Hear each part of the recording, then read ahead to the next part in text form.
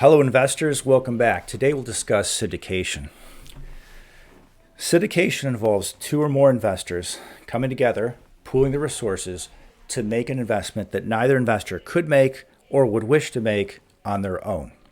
The key feature of syndication is that at least one of the investors is completely passive. You might say, well, in this investment, we're going to form an LLC and everybody gets a vote.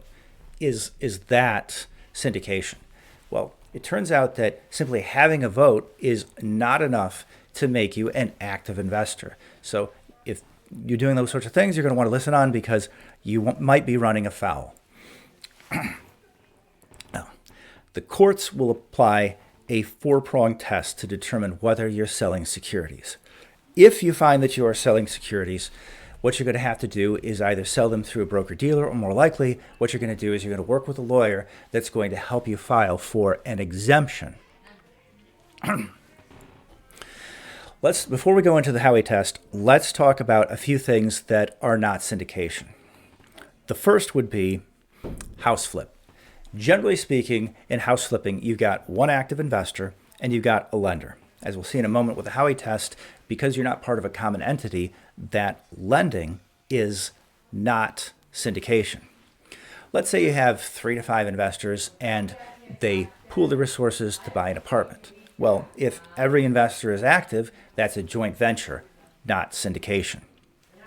Okay, so the first prong of the Howey Test is that you're contributing money, not time or sweat.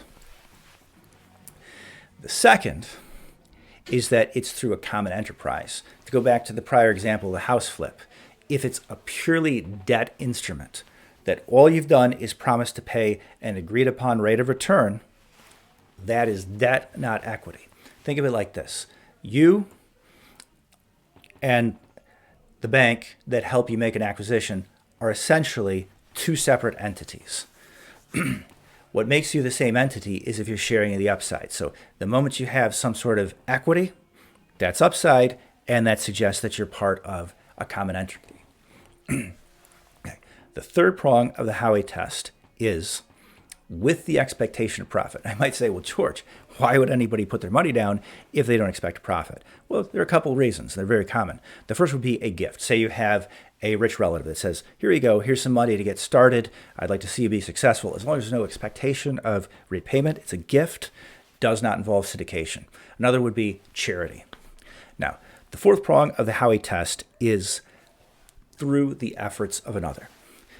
This gets back to the question of whether you're an active investor.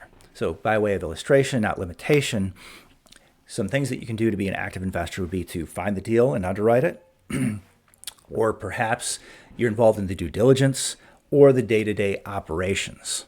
If you're doing these sorts of things, then probably not a syndication. Sounds a lot more like a joint venture. But remember, it only takes one passive investor satisfying all four prongs of the Howey Test, and you have a syndication, and if you haven't filed for the appropriate exemptions, could be potentially in a great deal of trouble.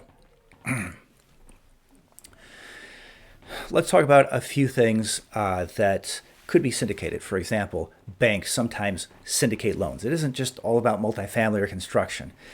Now, in the case of the bank, it's not that they couldn't loan all of the money to a particular operation. Usually when a bank is involved in syndicating a loan, they don't want all the risk. So what they do is they break the loan in chunks, different banks, each loan a portion of the total, and then no bank is exposed to the total risk. Another thing is construction. It's another very common thing that is syndicated.